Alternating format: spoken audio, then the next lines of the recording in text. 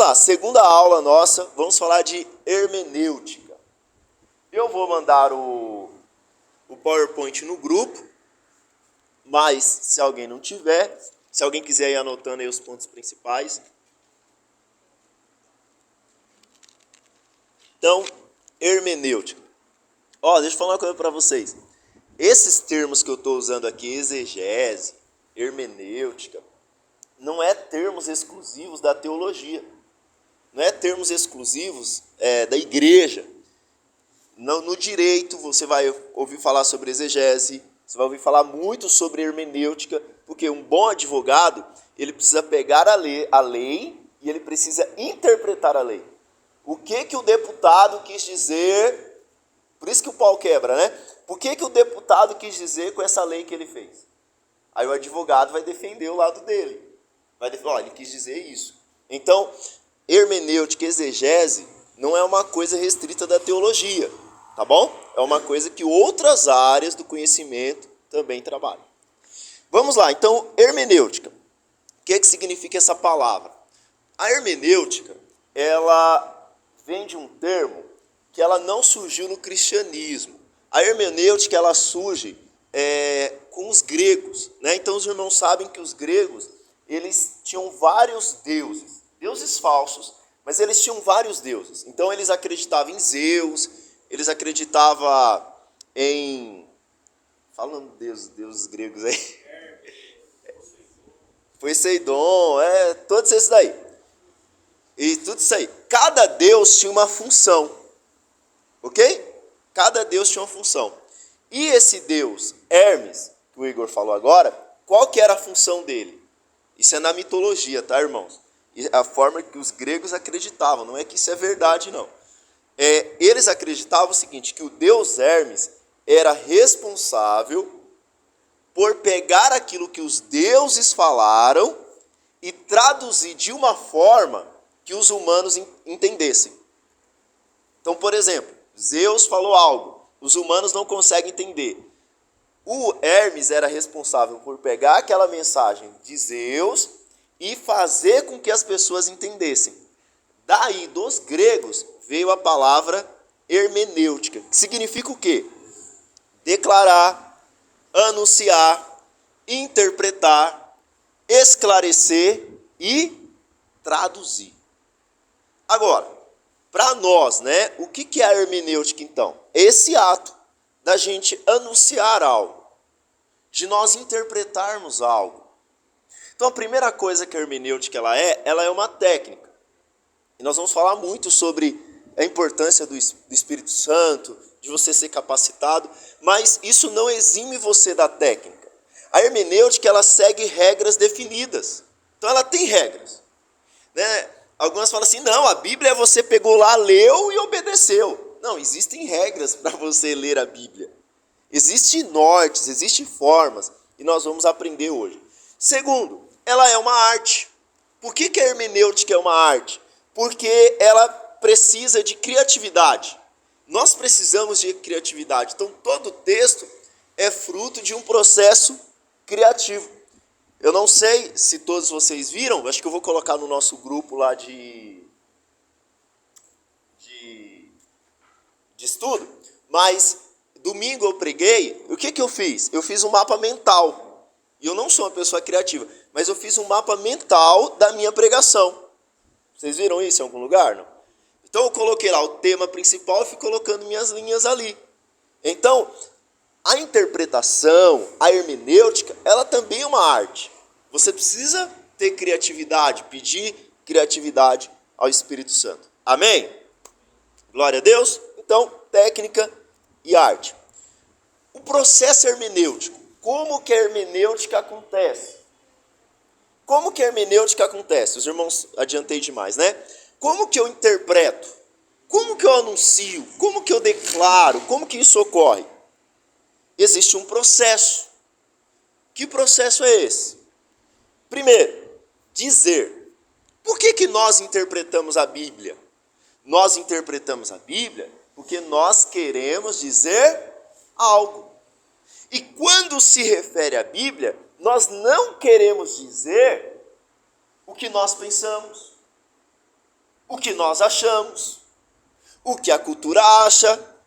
Nós queremos dizer aquilo que a Bíblia diz.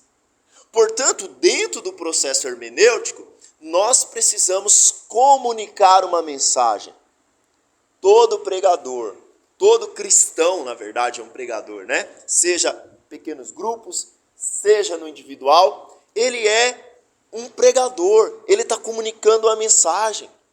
Então nós estamos interpretando algo, nós estamos ouvindo a Deus por meio da sua palavra, estamos interpretando e nós estamos o quê? Falando. E quando nós não interpretamos corretamente? Falamos bobagem, ou falamos de nós mesmos. Então, esse é o primeiro. Depois que João foi preso, Jesus foi para a Galileia, anunciou, ou ele disse, as boas novas de Deus. Estou lendo na NVT, tá, irmãos?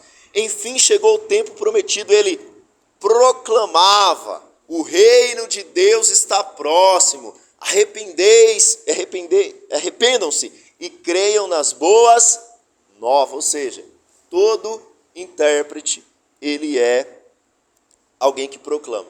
Então a hermenêutica justa trazer para nós uma explicação, para que consigamos compreender com clareza o que exatamente o texto diz. É através dela que tornamos claro aquilo que somente o dizer não foi possível esclarecer. Então, vou te dar um exemplo aqui. Felipe, né? Os irmãos lembram, estava tendo uma festa judaica em Jerusalém, um eunuco, alguém que provavelmente era um prosélito, ou seja, alguém que tinha convertido ao judaísmo, ele está voltando para o seu país, a Etiópia. E aí Deus diz, ó, Felipe, acompanha esse camarada aí, Felipe. E aí Felipe, ele está na carruagem dele ali, e aí Felipe pergunta assim, ó, e aí, você está entendendo o que você está lendo? Porque ele estava lendo Isaías 53. Você está entendendo o que Isaías está falando? Aí o eunuco diz o seguinte, como posso entender se alguém não me explicar? Ou seja, o eunuco sabia ler. Era alguém que praticava o judaísmo. Provavelmente não sendo judeu, mas praticava o judaísmo. Estava lendo a Bíblia, estava com o pergaminho na sua mão. E ele pergunta, você está entendendo o que você está lendo aí? Aí ele fala, como que eu posso entender se alguém não me explicar? Assim convidou Filipe para subir e sentar-se ao seu lado. Porque, irmãos, nós precisamos sempre de alguém que sente ao nosso lado. Você pode ser PhD, mas sempre quando nós sentamos ao lado de alguém e alguém explica a palavra, o Espírito Santo usa esse alguém para falar ao nosso coração. Então, isso é interessante o que ele estava lendo. Aí o eunuco pergunta, né? Vem cá, Felipe, ele está falando de si mesmo ou de algum outro?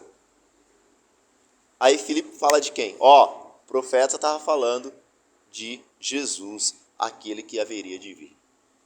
Amém? Então esse é o processo. Esse é o processo. A segunda parte, então, é explicar. Então o primeiro é dizer e o segundo é explicar. Perdão, porque eu coloquei de cor azul aqui, era para eu ter colocado vermelho como anterior, né? Então o primeiro é dizer e o segundo é explicar. É assim que acontece o processo hermenêutico. Então, nós temos algo a dizer e temos algo a explicar. Então, você chegou lá, né? Pegou aqui a sua Bíblia, leu para os irmãos. Eu vejo alguns irmãos fazendo isso.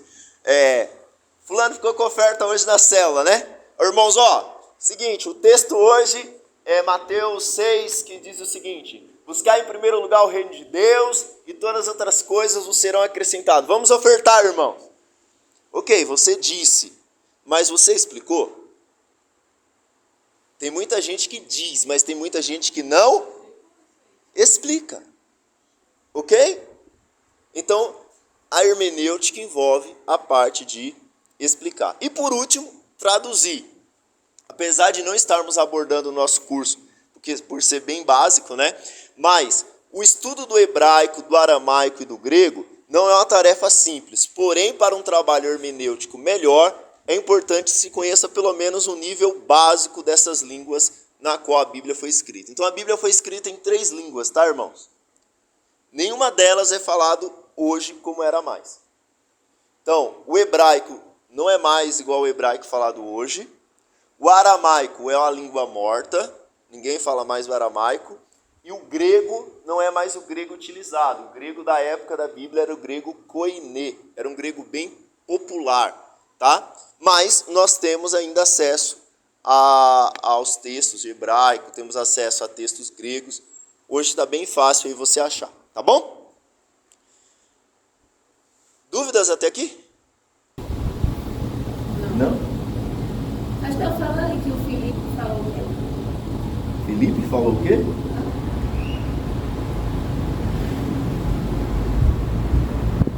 Então Filipe correu para a carruagem, ouviu o homem lendo o profeta Isaías e lhe perguntou: o senhor entende o que está lendo? Ele respondeu: como posso entender se alguém não me explicar? Assim convidou Filipe para subir e sentar ao seu lado. Aí perguntou, ele está falando de si mesmo, aí o Filipe foi esclareceu para quem não entendeu. Esclareceu para o eunuco. Então teve um exegese nessa que a gente está aprendendo agora. Ele teve não só exegese, ele teve uma hermenêutica. Uma exegese, esse aí mesmo, hermenêutica oral. Ele teve uma hermenêutica por quê? Ele aplicou o texto. Ele não só apenas disse, olha, o autor quis dizer isso.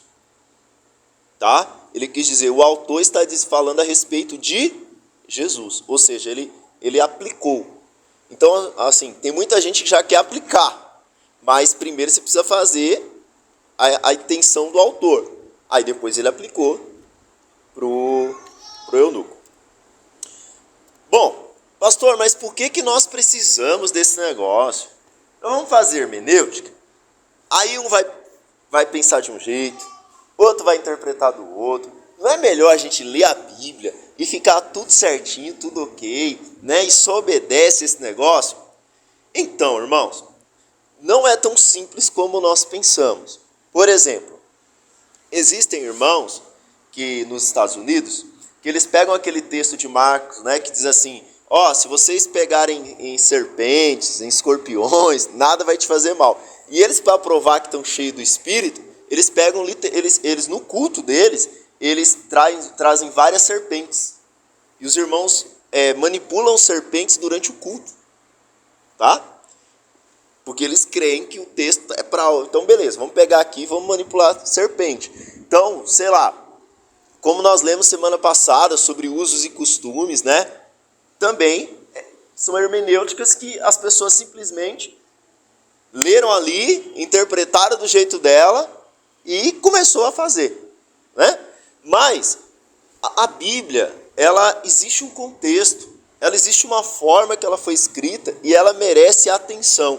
Olha o que lá em 2 Pedro 3,16, eu vou ler na King James aqui, 2 Pedro 3,16 assim: ele escreve do mesmo modo em todas as suas epístolas, discorrendo nelas sobre esses assuntos, nas quais existem trechos difíceis de entender. Quem que estava dizendo que nas escrituras tem textos difíceis de entender, irmãos? Pedro. Pedro está dizendo que nas escrituras tem textos difíceis de... os quais são distorcidos pelos ignorantes e insensatos, como fazem com as demais escrituras para a própria destruição deles. Pedro está dizendo o seguinte, galera, Paulo escreve umas coisas que não é fácil de entender. Aí, Pedrão diz que Paulo escreveu umas coisas que não é fácil de entender. E tem irmão que fala, não, pastor, não precisa estudar não. É só ler, vamos que vamos. Desce quentinho do céu, assim, o negócio. E aí, interessante outro ponto aqui, é que Pedro coloca as epístolas de Paulo já como escritura sagrada. Você percebeu isso no texto ou não? Os quais são distorcidos pelos ignorantes e insensatos. Insensato é falta de senso mesmo. Como fazem com as demais? Ou seja, ele está pegando todas as epístolas de Paulo e colocando com o mesmo peso que o Antigo Testamento, por exemplo. Sim ou não? Sim. E ele está dizendo, tem gente que pega o que Paulo escreveu e distorce, assim como ele distorce as demais coisas. Então, se Pedro disse que tem textos, né, difíceis de entender, significa, irmãos, que nós precisamos nos debruçar sobre o texto bíblico. Que nós precisamos interpretar, que nós precisamos explicar, que nós precisamos traduzir, que nós precisamos, sabe, desenhar. Precisamos às vezes desenhar, né? Tem que desenhar para entender. Procure apresentar-se a Deus, obreiro, apresentar a Deus aprovado, como obreiro que não tem do que se envergonhar, que maneja corretamente a palavra da verdade. Paulo escrevendo para seu filho na fé, Timóteo 2,15. Por quê? Espada é uma boa arma. E a Bíblia, a Bíblia é comparado com uma espada. Mas deixa eu te falar. Uma espada de 2 gumes, afiada, na mão de uma criança, que não sabe, está até na minha mão mesmo. Eu pego lá e falo, ó, fazer uma apresentação de espada aqui agora para vocês. Vocês vão ver só, né? O que vai acontecer comigo? Oi? Lá na faculdade, a gente tinha que fazer várias apresentações, né? A gente tinha várias apresentações e uma delas era relacionada a uma arte lá, uma arte marcial que envolvia facões e porretes. E esse era o que meu grupo tinha que fazer. No meu grupo tinha 2 pessoas do exército. E aí nós ensaiamos, só que assim, eu e meu colega que não era do exército, nada, a gente pegou uns porretinhos assim e ficava lá, né? Os caras do exército não, cara, no dia da nossa apresentação, eu e meu colega ficou no fundo, a gente colocou umas tochas de fuga assim, Igão. Aí tal, ficamos lá no fundo os dois só com o porretinho, e os 2 caras na frente que manejavam facão, no escuro assim, ó, saía fogo, o negócio voava. Irmão, eu com aqueles facão ali ia cortar os braços, eu gosto de cortar o pescoço. Então, nós precisamos... Então, assim, né? Você pode pegar na espada, mas pegue com cuidado, né? Pegue com carinho, sabe? Não já vai querendo fazer arte, não, porque você vai acabar se machucando, tá bom? E tudo isso por quê? Nós temos um abismo temporal. Então, só entre o primeiro autor da Bíblia e o último autor são cerca aí de mais de 1.500 anos. Vamos pensar que o Pentateuco escrito por Moisés, né? A maioria dos estudiosos dizem que foi Moisés que escreveu. Alguns dizem que Deuteronômio alguém organizou, mas e o último João, certo? Então, olha, e Moisés não sabia que João ia estar no mesmo livro que ele. Você está entendendo? Então existe um abismo. Outra coisa, existe um abismo geográfico. Quando você lê Salmos, né? Os que confiam no Senhor são como os montes de Sião, né? Que não se abalam. Quem mora na Chapada Diamantina, pensa no quê? No Morro do Pai Inácio, que é um negócio de 1.800 metros. Assim. Mas se você for ver a geografia de Jerusalém, são como colinas. Então, a geografia de Israel é uma. A nossa geografia bíblica, a nossa geografia aqui é outra. Não é? Quando a gente pensa em vale, quem mora aqui no Belval, Belval vem de Bel Vale, ou Belo Vale. Aí o povo foi encurtando, até virou Belval. Né? Era Belo Vale, porque os italianos que moravam aqui falavam Bel Vale, né? E aí que era o que? Era um belo vale, porque isso aqui é um vale, de um lado e do outro. E aqui no meio tinha um rio. E era um vale, mas os vales, né? Os vales não é igual o vale aqui do Belval, você está entendendo? Então, como que é isso? A gente precisa pensar, porque na sua cabeça é uma coisa, mas o texto talvez não está te dizendo a mesma coisa. O abismo linguístico e literário, como eu disse, né, as 3 línguas já não são mais faladas. Os estilos de escrita. Abismo cultural, como que era a cultura daquela época? Então você vai interpretar um texto, né? Vamos pensar o seguinte aqui, a mulher do fluxo de sangue. Quando a Bíblia diz que aquela mulher tocou nas vestes de Jesus, quais eram as implicações ali? Aquela mulher não podia nem conviver no meio de sociedade nenhuma. Quanto mais tocar em alguém, quanto mais tocar em um homem. Por quê? Uma mulher com fluxo de sangue era considerada impura, ela tinha que estar fora da cidade. É a mesma coisa de alguém hoje com Covid no meio de uma multidão.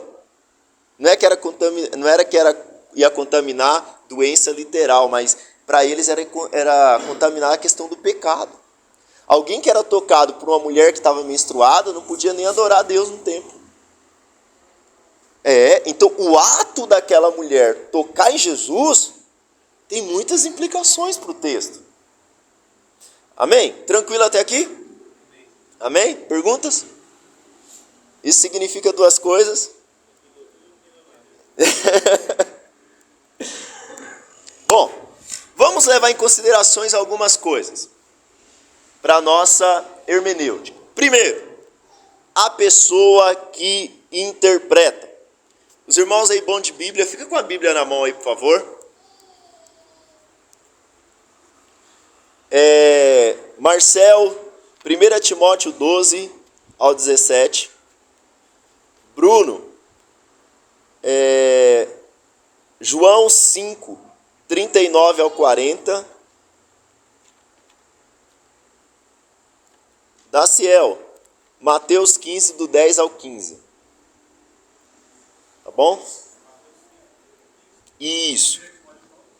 1 Timóteo 12, 17. Aí nós vamos fazer assim, ó. O Marcel lê, depois vai ser o Daciel e depois o Bruno, tá? Mas primeiro deixa eu só falar.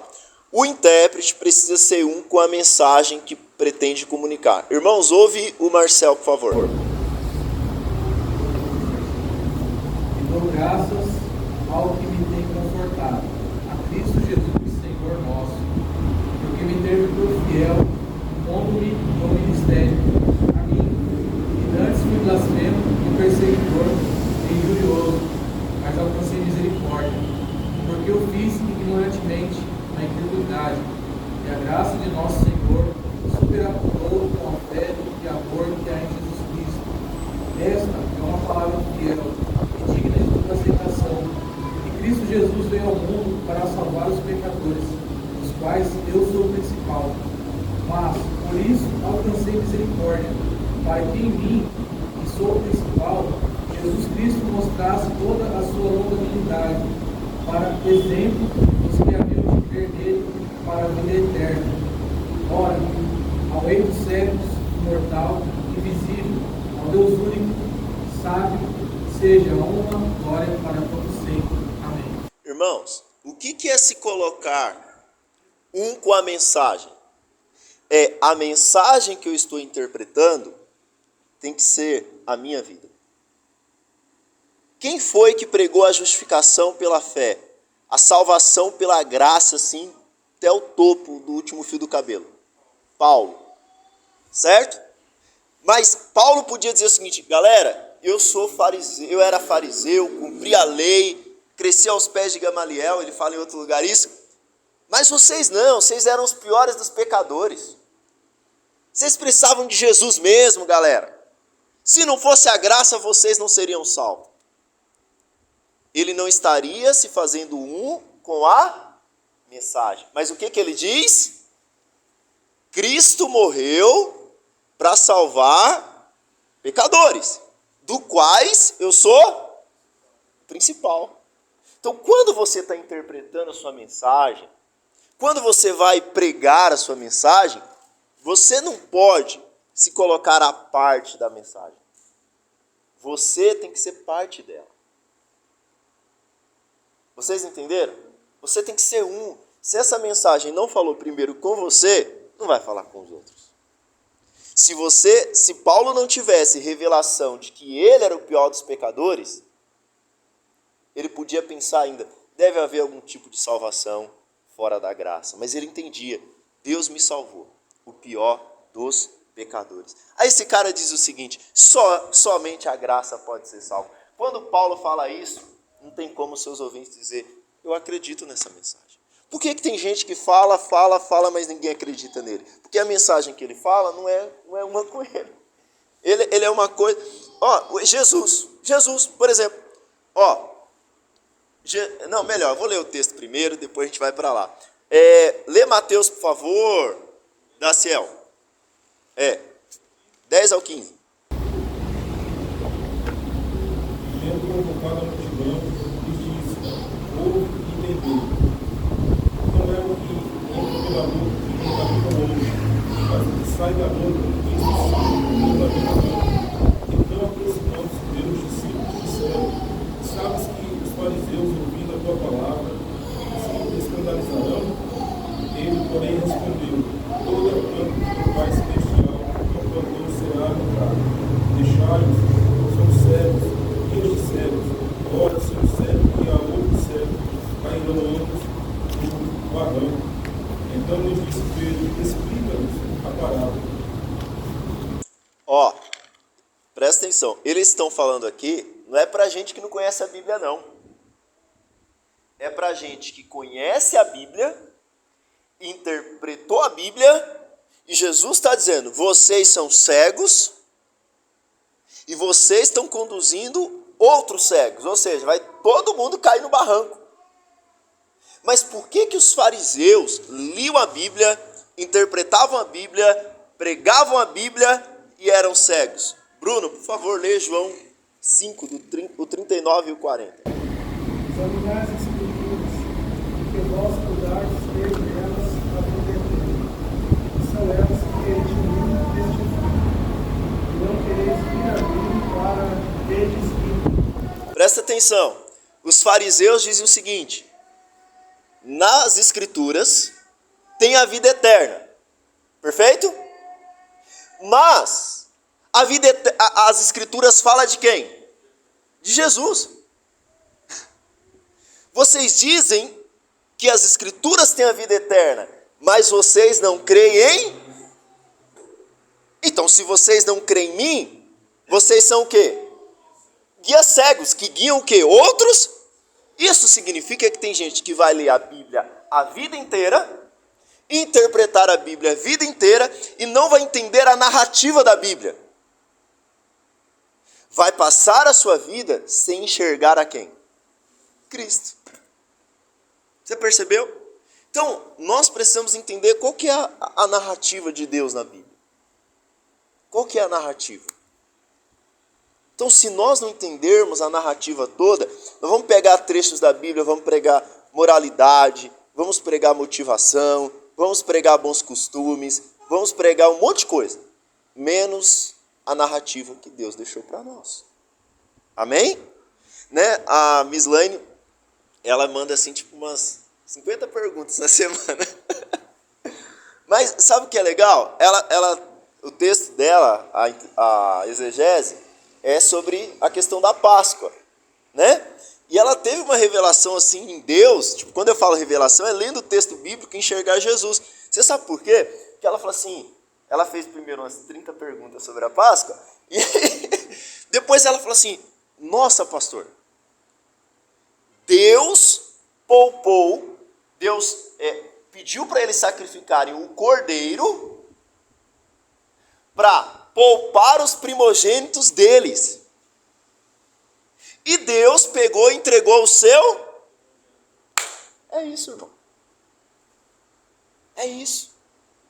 Você percebeu que ela conseguiu ver ali? Olha só, Deus poupou o primogênito dos israelitas. E Deus fez o quê?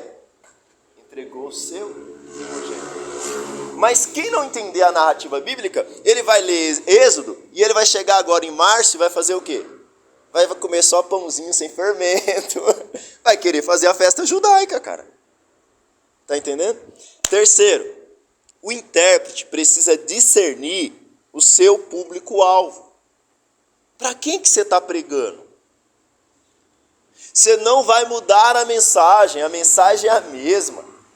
Mas o apóstolo Paulo, quando ele estava pregando para os judeus, que cria na autoridade das Escrituras, o que ele fazia? Usava todo o texto do Antigo Testamento, e assim diz os profetas, né? Porque Davi não sei o que e tal. Por quê? Porque ele estava, se você for pegar o contexto, ele está pregando nas sinagogas. Aí ele vai lá para Atenas, onde os gregos nem sabiam que existia uma escritura, filho. Onde o que valia para eles era filosofia. Aí Paulo diz, eis que Isaías diz, é isso que Paulo faz? Paulo diz o quê? Paulo apela para a natureza. Paulo diz, olha, Deus se revelou a vocês por meio da natureza. Vocês estão vendo, porque os gregos tinham Deus para tudo. Eles tinham medo, tinham medo de que, se eles deixassem de sacrificar para algum Deus, aquele Deus que eles esqueceram, poderia castigá-los. Alguns autores dizem que, certa vez, eles começaram a ser castigados. E alguém fez o seguinte, falou assim, oferece aí um cordeiro, coloca aí ao Deus desconhecido. E a praga parou. Quando Paulo chega ali, Paulo vê o quê? Altar ao Deus. Sabe o que Paulo fala? Esse Deus aí que vocês adoram, que não sabe quem é dele que eu vim falar. Quando Paulo vai falar, quando ele está preso, ali para os reis, né, rei Agripa e mais alguns, ele usa uma outra interpretação. Então, assim, às vezes você está querendo responder perguntas que as pessoas não te perguntaram. Você está entendendo? Tem gente que quer responder perguntas que as pessoas não perguntou para você. Então, para quem que eu estou pregando? Para quem que eu estou falando? Tá? Para quem que eu estou dirigindo? Tem crente que é assim. Ele chega no trabalho dele, o cara está bêbado. Ele fala, você sabe que a Bíblia diz que você não pode ficar embriagado? Você sabe que a Bíblia diz, cara, o cara nem nasceu de novo. E você já está querendo colocar peso sobre ele. Sabe o que você tem que falar para ele? Você tem que falar a respeito do pecado, da lei. Você tem que falar da lei, tem que falar do pecado. Você tem que falar de uma pessoa que é quem? Jesus. Você não tem que chegar lá colocando morais e bom costume, pregando o sermão do monte. O sermão do monte é para quem faz parte do reino. Até aqui, talvez você vai ter alguns lugares que Deus vai te dar oportunidades que você precisa discernir. Esses dias eu fui chamado para pregar numa igreja pentecostal, e bem pentecostal mesmo, os irmãos, assim, bem pentecostal. Não estou falando na questão de crer nos dons, porque nós cremos também, mas a liturgia deles. E eu falei para eles, mas eu vou pregar no quê? O que é? Ele falou, você vai pregar no culto de músicos. Eu falei, culto de músicos? Como que é esse negócio? Só vai ter músico lá? Ele falou, não, vai ter toda a igreja. É que os músicos organizam o culto. Eu falei, mas e aí, vocês querem o quê? Que eu dou um treinamento? Músico, o que é? Não, os músicos, a igreja tem departamento, tem lá as senhoras, tem os jovens, e tem nós que somos músicos que temos o nosso culto. Aí eu falei, então tá bom. Aí eu preguei sobre adoração. Mas adoração no contexto de quê? Dos músicos? Não, adoração no contexto da igreja. Né? E o Igão até tocou lá, né, Igão? Levei o Igão na tiracola também. O Igão sempre está junto. Então, pastor, como que eu sei o que eu vou pregar? Faça perguntas. Faça perguntas, seja um bom ouvinte. Não para mim. Não para mim, para quem que você vai pregar. Vou te dar um exemplo, Lucas 24. Lucas 24, quem pode ler para mim, por favor? Verso 13. Lucas 24, 13.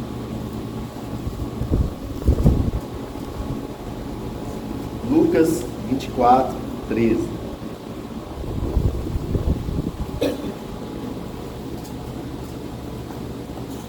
Amém.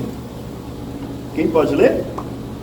Eis que no mesmo dia iam dois deles para uma aldeia. Ele estava em Jerusalém 60 estádios, cujo nome era Emaús. Pode continuar. E iam falando entre si de tudo aquilo que havia sucedido. E aconteceu que, indo eles falando entre si e fazendo perguntas um ao outro, o mesmo Jesus se aproximou e ia com eles, mas os olhos deles estavam como que fechados, para que o não conhecessem. E ele lhe disse: que palavras são estas, que caminhando trocais entre vós? E por que estáis tristes? E respondendo um, cujo nome era Cleopas, disse: és tu só peregrino em Jerusalém, e não sabes as coisas que nela têm sucedido nesses dias? E ele lhes perguntou: quais? E eles lhe disseram: as que dizem respeito a Jesus Nazareno, que foi homem, profeta, poderoso em obras e palavras diante de Deus e de todo o povo. E como os principais sacerdotes, os nossos príncipes, entregaram a condenação de morte e o crucificaram. E nós esperávamos que fosse ele o que remisse Israel. Mas agora, sobre tudo isso, é já hoje o terceiro dia desde que essas coisas aconteceram. É verdade que também algumas mulheres dentre nós nos maravilhavam, as quais de madrugada foram ao sepulcro, e não achando o seu corpo, voltaram, dizendo que também tinham visto uma visão de anjos, que dizem que ele vive. E alguns dos que estavam conosco foram ao sepulcro, e acharam ser assim como as mulheres haviam dito, porém a ele não o viram.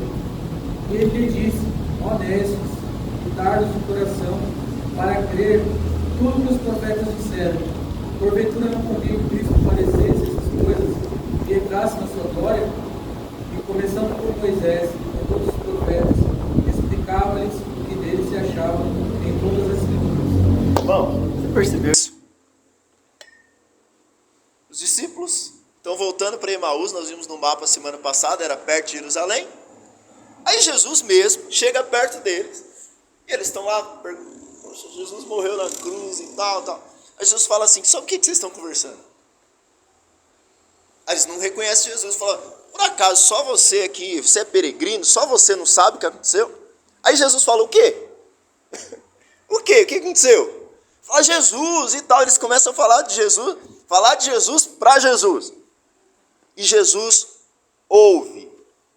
Jesus ouve. Talvez se fosse eu falar: caras, estão de brincadeira.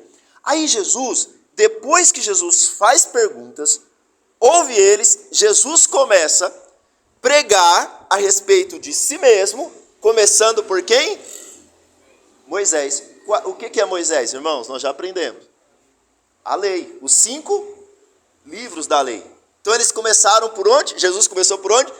Gênesis, Êxodo, Números, né? Levíticos, Deuteronômio, foi apontando, ó, sabe quando Moisés disse isso? Era a respeito do Messias. Sabe quando disse isso? Era a respeito, e foi apontando. Aí depois Jesus entrou aonde? Nos profetas. Aí Jesus foi colocando lá, sabe o que Isaías falou? Sabe o que Jeremias falou? Aí quando terminou os dois e eles sentaram à mesa, os olhos foram abertos. Então nós também precisamos fazer perguntas.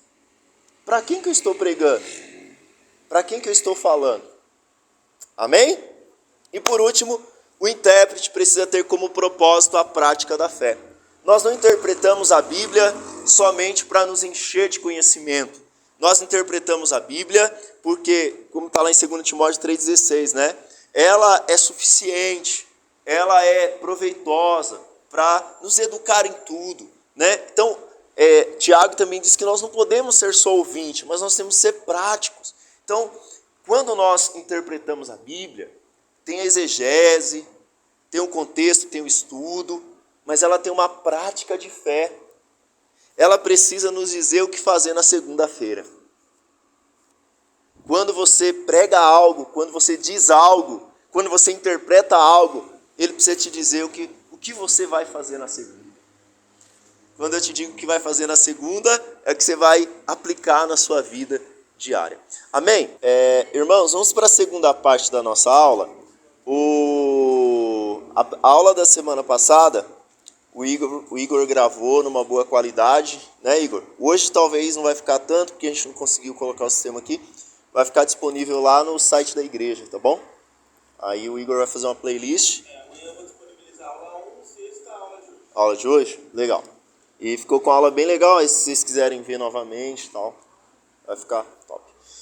Bom, continuando nesse processo hermenêutico, lembrando, hermenêutica é o dizer, é o interpretar, é o traduzir, é o explicar, tá bom? Ainda nesse processo, pensamos na pessoa que interpreta, porque a pessoa que interpreta é muito importante, tá? E nós vamos aprender daqui a pouco por que o intérprete da Bíblia, o intérprete do texto é tão importante, tá? Bom, primeiro, o texto a ser interpretado é a Bíblia Sagrada, é a Escritura, tá bom?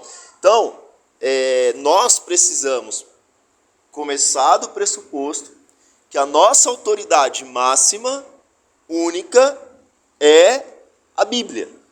Então, pastor, é óbvio dizer, não, irmãos, às vezes nós precisamos reafirmar algumas verdades. O Igor aqui da Bruna, lê aí 2 Timóteo 3,16.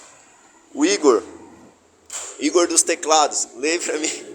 1 Coríntios 2, do 12 ao 13. Então, 1 Coríntios 2, do 12 ao 13. Então, a Bíblia é a nossa fonte, é a nossa autoridade, é da onde nós partimos. É ela que deve ser a fonte de toda a nossa teologia, de todo o nosso estudo a respeito de Deus. Vai, Igor. Toda a escritura divinamente inspirada é proveitosa para ensinar. Nossa, a minha tá muito... Bem, tá ótimo. Então, toda a escritura é divinamente inspirada e proveitosa para ensinar, para o ensino. Isso significa que os 10 mandamentos é proveitoso para ensinar, que as leis de Levítico é proveitosa para ensinar. Você só precisa ter a interpretação correta, entender contexto, entender qual que é a aplicação para a igreja hoje. Mas de Gênesis a Apocalipse, nós cremos que a Bíblia é inspirada. Alguns, hoje, têm afirmado o seguinte, que a Bíblia contém a palavra de Deus. E que ela não é a palavra de Deus, mas que ela contém. Então, muita gente famosa defende isso. Qual o problema? Quem define o que é a palavra de Deus e o que não é? A própria pessoa? Então, nós cremos, como Paulo diz, que toda escritura é inspirada. Mas esse inspirado não é assim, tipo, nossa, hoje eu estou inspirado. Não. Né? Ela foi inspirada pelo Espírito Santo, foi colocada no coração dos autores. Os autores escreveram por divina inspiração. Leia, por favor, Igor. Mas nós não recebemos o Espírito do mundo, mas o Espírito que provém de Deus, para que pudéssemos conhecer o que nos é dado gratuitamente por Deus, as quais também falamos, não com palavras de sabedoria humana, mas com as que o Espírito Santo ensina, comparando as coisas espirituais com as espirituais. E o que o Espírito Santo inspirou e ensinou? As Escrituras, tá bom? Isso quer dizer que eu não posso usar outras fontes na minha pregação? Você pode, mas você pode como uma ilustração, você pode como um exemplo, sei lá, você pode, mas ela não pode ser a sua fonte. Eu não posso chegar aqui, irmãos, hoje eu peguei a música de Caetano Veloso e vim aqui falar para vocês sobre... Não, você pode até lá, pegou um texto bíblico sobre a beleza da criação e no meio falou, poxa, essa música do Chico Buarque aqui tem um verso aqui que é legal, vou citar para os irmãos. Não tem problema, né? Eu acho que talvez em algumas igrejas os irmãos escandalizariam. Mas você não pode pegar e fazer isso aqui, tá? Porque tem gente fazendo isso, irmãos. E a Bíblia é só um detalhe. Não, ela é a nossa autoridade.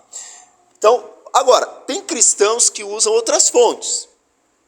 Quais são fontes? E nem sempre são fontes ruins. Primeiro, tradição. A tradição em si, ela não é ruim. Tá?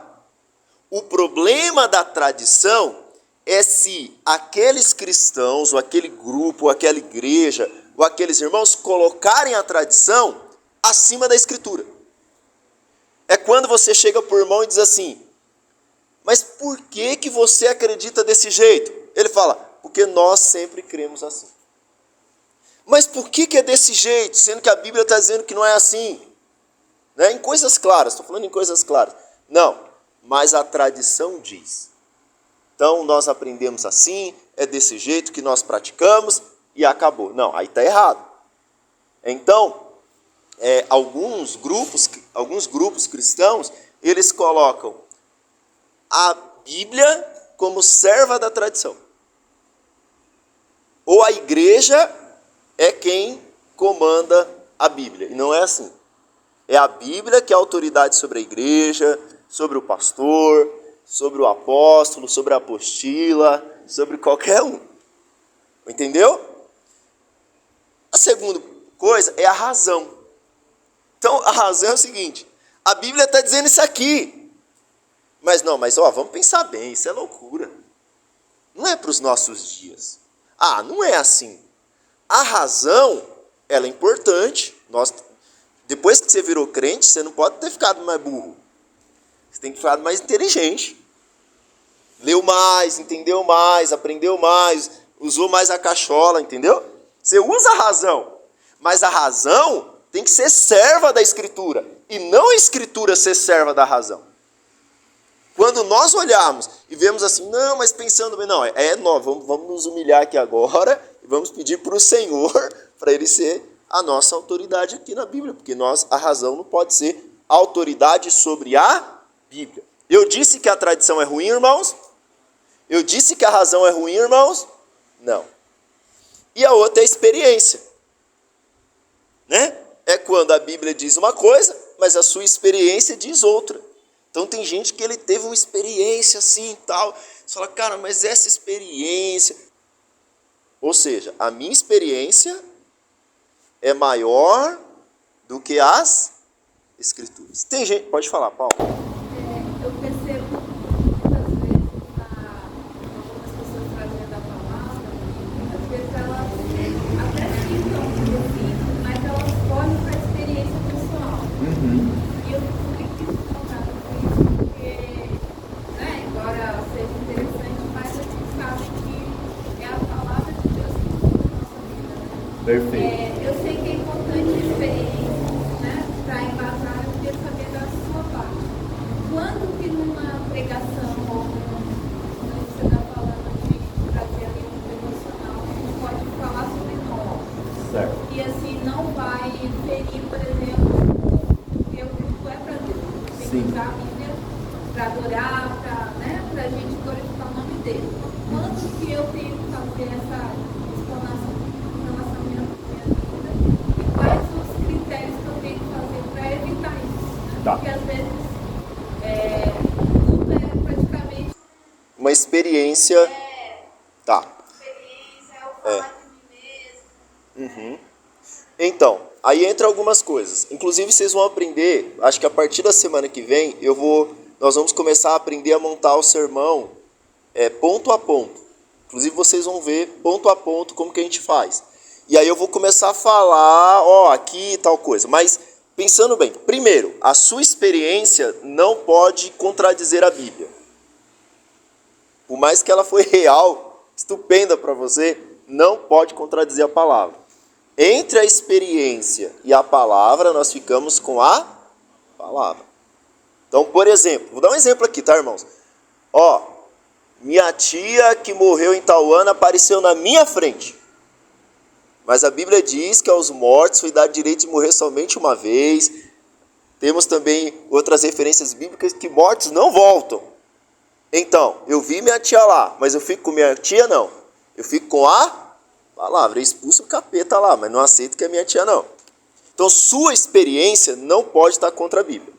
Agora, uma segunda coisa é que o seu testemunho, a sua experiência, pode ter sido maravilhosa, mas ela não pode ser o centro da sua pregação.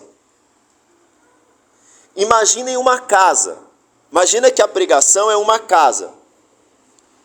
Imagina que o seu sermão, o texto bíblico, ele é alicerce, parede e telhado.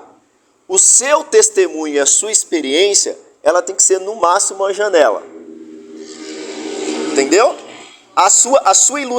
Por exemplo, ilustração. Vocês podem perceber que toda pregação minha eu tenho uma ou duas ilustrações.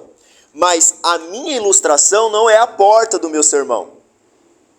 A minha ilustração não é o alicerce do meu sermão. Ela pode ser uma janela, ela pode trazer uma luz. mas ela não pode ser o centro. Deu para entender?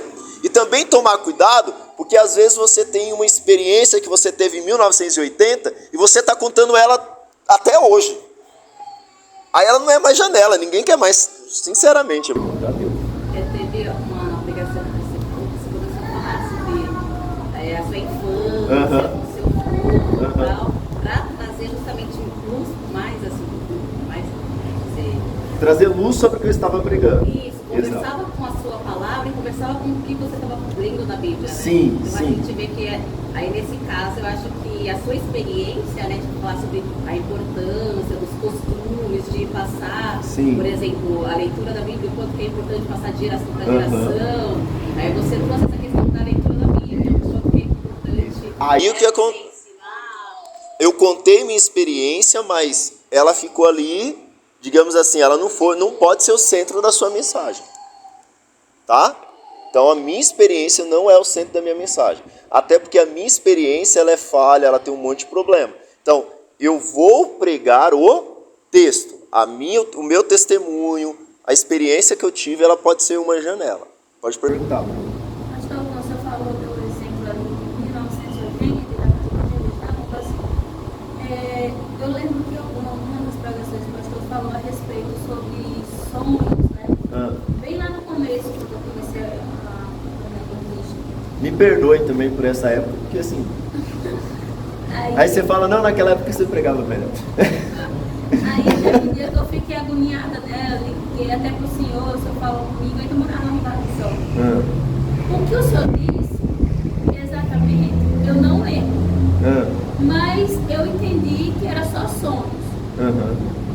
E aí, quando a pessoa chega pra... E como eu devo agir como cristão, falando... Quando a pessoa diz, eu tive um sonho com você e foi assim. Qual que é a autoridade? Em que eu creio?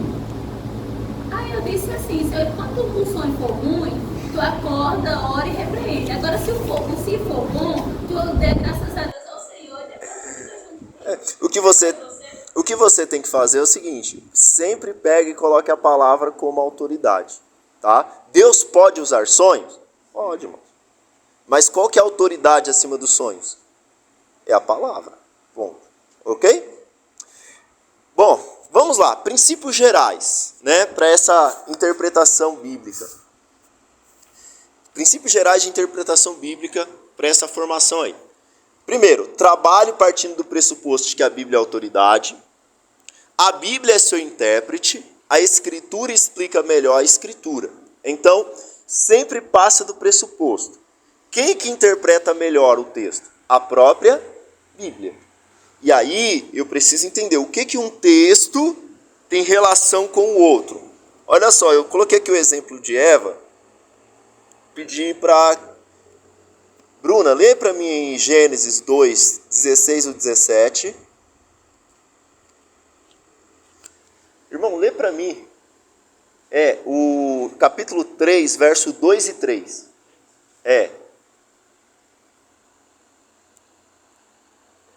A Bruna vai ler 2, 16, 17. E o Senhor deu ao homem a seguinte ordem: você pode comer as frutas de qualquer árvore do jardim, menos da árvore do bem e do mal. Não coma a fruta dessa árvore, pois no dia que você comer, certamente morrerá.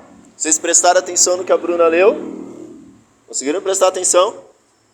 Tá. Bruna, lê o primeiro de novo, por favor, o 2,16, de novo. Presta atenção, irmãos. E o Senhor deu ao homem a seguinte ordem: você pode comer as frutas de qualquer árvore do jardim. Ok. Lê para mim, por favor, o 3, 2 e o 2 ao 3. Disse a mulher, a serpente: do fruto da árvore do jardim comeremos, mas do fruto da árvore que está no meio do jardim, disse Deus: não comereis dele, nem dele, tocareis para que não morrais. Espera aí. O primeiro texto que Deus disse para Adão está de um jeito. Sim ou não? O segundo texto que Eva disse para a serpente, já está de outro. Primeiro, o que Eva não disse para a serpente? Eita. Exceto aquela. E Deus disse, você pode comer de qualquer árvore livremente. Sim ou não? Sim. Eva não falou isso para a serpente. Aí onde o irmão leu, além de Eva cortar o texto bíblico, sabe o que Eva fez? Acrescentou. Sabe o que Eva falou? Não pode nem tocar. Você percebeu que na hermenêutica evótica, na hermenêutica de Eva, agora, eu não sei quem pregou errado. Ou Eva foi no culto que Adão pregou para ela, né? Eva foi lá no culto, Adão falou, é o seguinte, só tinha uma pessoa naquele culto. E aí Adão pregou errado, né? Então Adão falou, é o seguinte, irmãos, Deus disse assim, não coma de nenhuma árvore. Então o pastor Adão já errou. E é o seguinte, Deus disse, não coma daquela árvore. Melhor, sabe o que Deus disse? Nem chegue perto dela. Melhor, nem toque. Porque vai que os irmãos pequem, né? Então vamos criar uma lei para eles aqui, para eles passarem longe. Mas Deus disse isso? Não, irmãos, Deus não disse isso. Deus disse outra coisa. Então, um texto que talvez os irmãos leu e os menos atentos falou, pastor, para mim foi a mesma coisa. Não foi a mesma coisa. Então, cuidado, a Bíblia é seu intérprete, então você tem que tomar cuidado. Aí foi aí que a serpente entrou. Tá bom? Então Deus está privando você, Eva. Deus está te enganando, Eva. Aí acabou, irmão. Aí virou que virou. Terceiro, a história da igreja é importante, mas não decisiva na interpretação das escrituras. Então eu amo a história da igreja, né? Eu amo toda a história da igreja, amo a história do avivamento, amo a história da reforma, mas assim, irmãos, ela não é mais importante que a Bíblia. Os reformadores pisaram na bola, né? O Bruno vai querer me matar agora. Os puritanos foram maravilhosos, mas pisaram na bola em alguns pontos também. Os irmãos da Rua Azusa foram maravilhosos, mas pisaram na bola. Nós também, os irmãos daqui uns anos, se Jesus tiver voltado, vai ler a nosso respeito, vai falar, pisaram na bola um pouquinho, mas pisaram. Então, nós temos que tomar cuidado, é importante, estude história da igreja, estude tradição, mas ela não é decisiva não, ou não deveria ser, tá bom? Quarto, interprete a experiência pessoal à luz da Escritura, e não a Escritura à luz da experiência pessoal. Então tem alguém que ele tem uma experiência pessoal, e ele quer pegar o texto para justificar a experiência dele. Não, é o contrário, você tem que pegar a sua experiência e colocar à luz da Bíblia. E não pegar a Bíblia e colocar à luz da sua experiência. Exatamente, como um testemunho mal contado, com uma série de coisas. Então a gente tem que tomar cuidado, ok? Quando você for fazer interpretação, siga essas regrinhas aqui, ó. Tá? E quando você ouvir uma pregação, também vê se o pregador está seguindo isso aqui.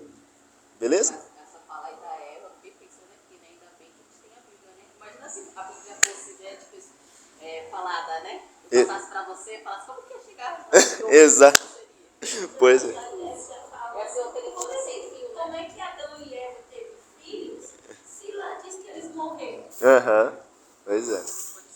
Exatamente. Então, eu não vou ler os textos por questão de tempo, irmãos, mas como que Paulo interpretava a Bíblia, né? Ele fazia uma interpretação integral. Então ele falava que toda a Bíblia é inspirada, ele falava que é pelas Escrituras que nós temos a salvação. Eu preguei esse texto domingo, 1 Coríntios 10, 6, preguei assim, né? Serviu para a minha conclusão, na verdade, que todas aquelas histórias serviram como exemplo para nós. Então, primeiro, a Bíblia é fonte de sabedoria para a salvação, mediante a fé em Jesus Cristo. Então não existe outro meio, né, por meio de Jesus, mas como que vem esse conhecimento? Por meio da palavra. A Bíblia é fonte para a formação do caráter. A Bíblia é fonte de esperança e bom ânimo. E a Bíblia é fonte de exemplos práticos para nós hoje. Cuidado com os pressupostos. Então, o que são pressupostos, né? É a visão que temos de nós mesmos. E isso influencia nosso relacionamento com Deus. Alguém aqui já usou óculos de sol? Já usou óculos de sol? Quando você coloca o óculos de sol, o que acontece com o ambiente? Escurece, né? Mas deixa eu te falar, o ambiente mudou? É a forma que você vê que mudou.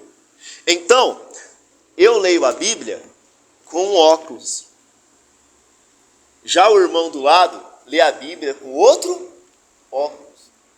E a forma que eu leio a Bíblia com óculos vai refletir na forma que eu prego. Por exemplo, antes de 2013, eu posso te dizer, eu li a Bíblia de uma forma muito mais legalista.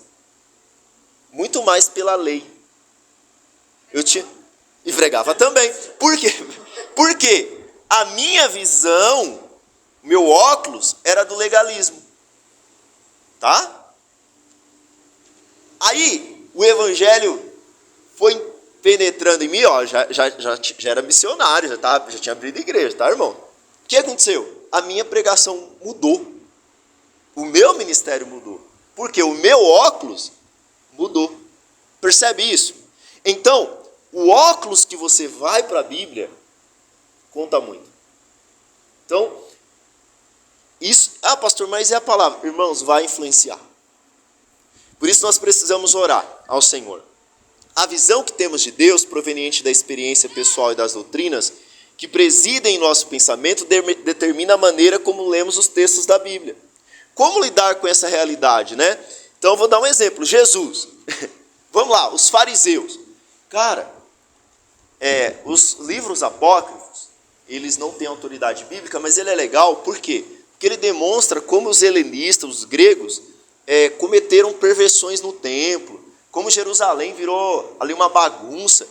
E os fariseus, aqueles irmãos ali que fizeram uma grande reforma, eles foram responsáveis por colocar ordem no lugar, por ser rígido, colocar a lei de volta, sabe, pregar, eu ia falar aqui, né? Pregar, sabe, a sã doutrina, entendeu?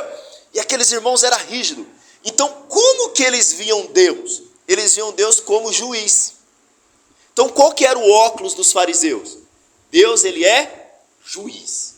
Deus, ele é juiz. Você tem que seguir, senão se você não seguir, Deus vai pegar você na próxima esquina, miserável.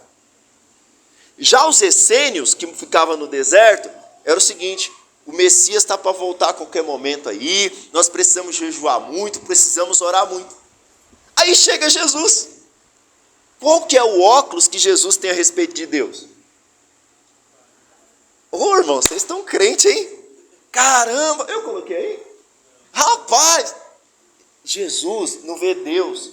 A ótica de Jesus, Deus deixou de ser juiz para Jesus, irmãos? Não. Deus continua juiz. Percebe isso? Deus continua juiz.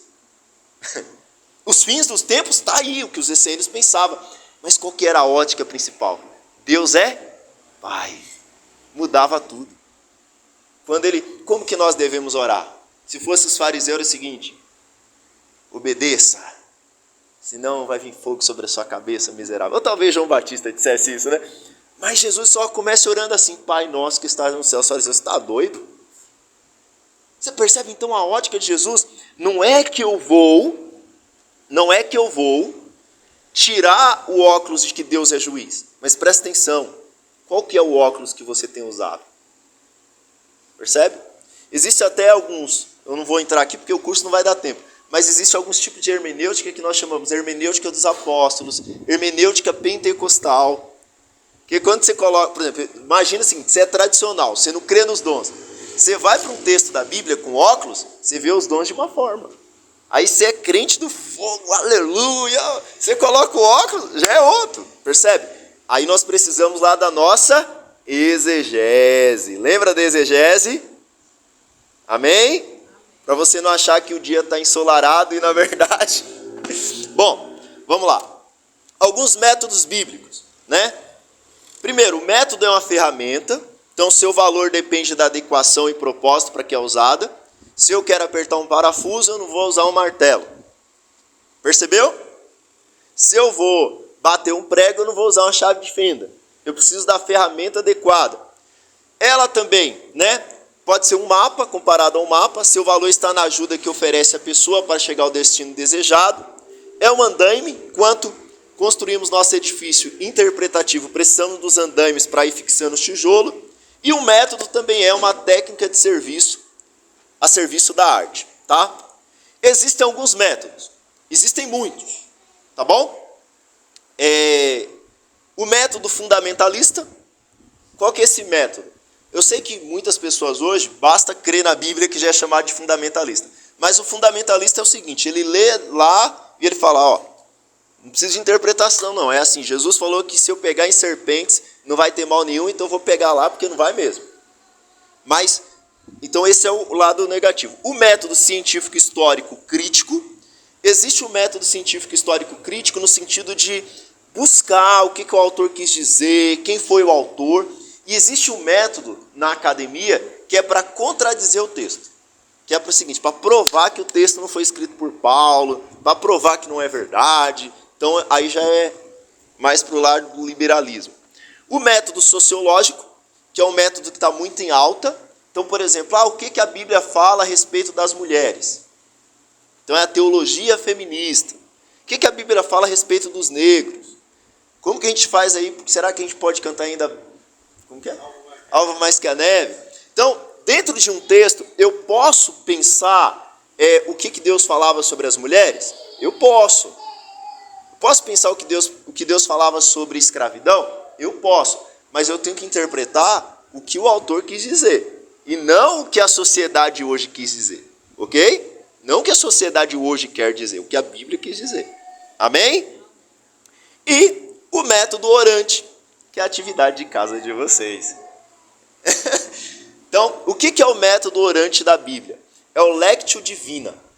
Irmãos, existem outros métodos, tá bom? Se houver tempo, eu vou até mostrar o que a gente usa na faculdade. É bem legal também, mas dá um pouquinho mais de trabalho. Esse leitura orante da Bíblia é mais para você fazer devocional, mais para o seu dia a dia. Então, primeira coisa, a leitura do texto. Né? Respeitando, claro, o contexto, respeitando, eu faço a leitura do texto. O que diz o texto? Então eu li lá hoje, meu devocional, eu estava lendo 2 Coríntios. Então o que o texto diz? Né? O que tenho em mente aqui, que o autor tem em mente? É uma epístola, mas não preciso fazer aquela investigação toda. Né? Não, eu vou ali anotar o que o texto diz. Meditação. O que o texto diz para mim? O que o texto diz para mim? O que isso tem a ver com o meu contexto de vida? E o terceiro passo é a oração. O que o texto me diz, nos faz dizer a Deus, o que o texto nos faz dizer a Deus? Procura diante dos 2 passos anteriores elevar uma oração a Deus, louvor, ação de graça, petição, intercessão, adoração, canto, mantendo um diálogo fraterno e amoroso com ele. Então, eu li o texto, meditei no texto, e agora, com base no meu texto, eu vou orar. Ok? E, por último, contemplação.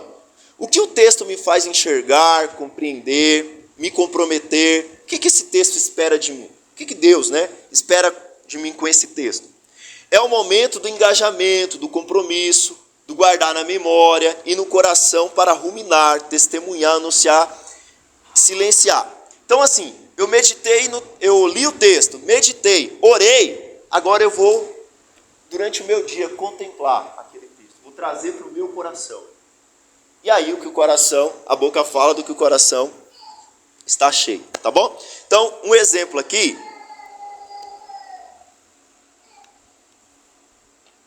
Rapidinho, tá, irmãos? Vou dar exemplo aqui do meu. Como eu faço um plano de ler a Bíblia inteira, aí acabou que o meu ficou grande, tá bom? Mas pode ser um versículo por dia. O que eu estou fazendo aqui, Jesus? Aí, é aqui. Então, por exemplo, aqui, dia 1. Dia 1, né? Leitura. 1 Coríntios 8, do 1 ao 13. Essa foi minha leitura. Ok? Meditação. O que eu meditei nesse texto? Não vou ler o texto aqui com vocês, por questão de tempo. O ídolo não é nada. Na verdade, não existe outros deuses. Para nós, há só um Deus e Senhor Jesus. Muitos pensam que são aprovados pelo que comem. Nós sabemos que isso não é verdade. mas por causa do fraco devemos tomar cuidado para não ir além da nossa liberdade. Aqui o contexto é, os irmãos estavam perguntando se podia comer lá no templo pagão, se podia comer com o ídolo. Aí Paulo falou, ó, o ídolo na verdade não é nada, mas para não escandalizar o irmão, né, cuidado com o que você está fazendo. E aí, eu fiz a minha oração. Deixa eu diminuir aqui.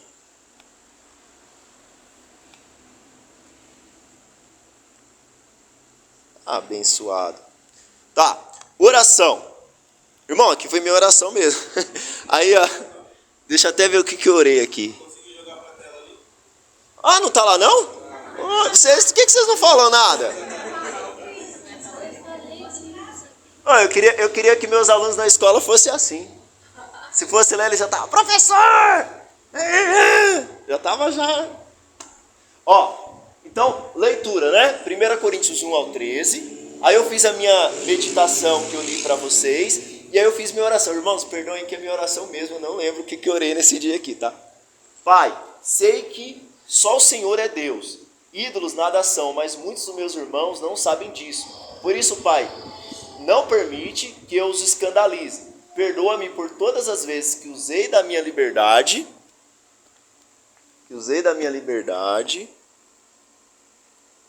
mais do que deveria. Isso, mais do que deveria. Que a minha vida seja para a sua glória. Essa foi minha oração no dia. Então, eu pedi perdão, né? Porque às vezes a gente tem algumas coisas que a gente fala, que a gente acha que pode, tem irmãos que ainda estão na lei, né? E ainda não sei o que. Eu falei, Senhor, me perdoa. Então, essa foi a minha oração. E aqui do lado, deixa eu ver se vai. Peraí. Aqui eu não tinha nada para. Deixa eu ver se eu tinha. Tinha sim. Ó, com o conhecimento vem grandes responsabilidades. Muitas vezes posso desprezar meu irmão que pouco conhece. Então, esse foi a minha lectio divina. O que vocês vão fazer? Vocês vão fazer 3 dias, tá bom? Então, ó, vocês têm 7 dias, vocês vão fazer 3, tá bom? O ideal seria o quê? Eu tenho um caderninho lá, confesso que não é todo dia, mas eu tenho meu caderninho, eu gosto de fazer a lectio divina, porque aí vai ficando como um diário, sabia? Vai ficando como um diário das suas orações, das suas meditações. Ó, vou falar, tem uns livros aí de John Wesley, Charles Spurgeon, que os caras falam, nossa, sentaram para escrever nada. É nada, irmão, é lectio divina. Os caras faziam o devocional e colocavam lá e agora o pessoal vendeu o livro, tá?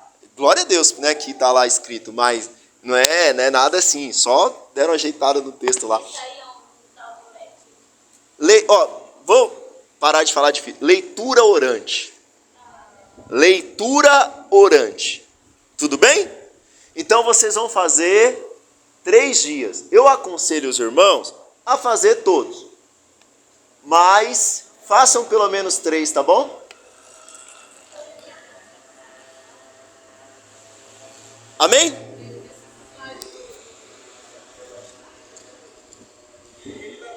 Vou mandar no grupo.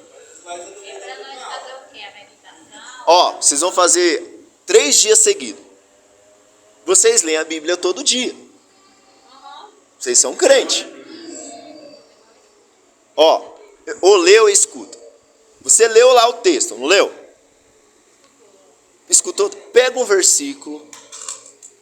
Anotou lá o versículo. João 1, do 1 ao... João 1, colocou lá. Essa é a leitura do texto. Perfeito? Tá lá, leitura. Depois você vai meditar no texto. O que aquele texto falou? Coloca lá. Por exemplo, João 1. No princípio era o verbo, tal. O verbo estava com Deus. Então o texto diz isso. Coloca lá. Qualquer coisa, coloca. No caso, é o texto da exegese?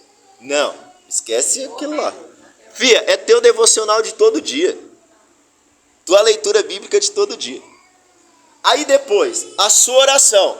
Você ora. Aí depois aproveita, anota lá a sua oração. Tá bom? Coloca coisas comuns. Anota.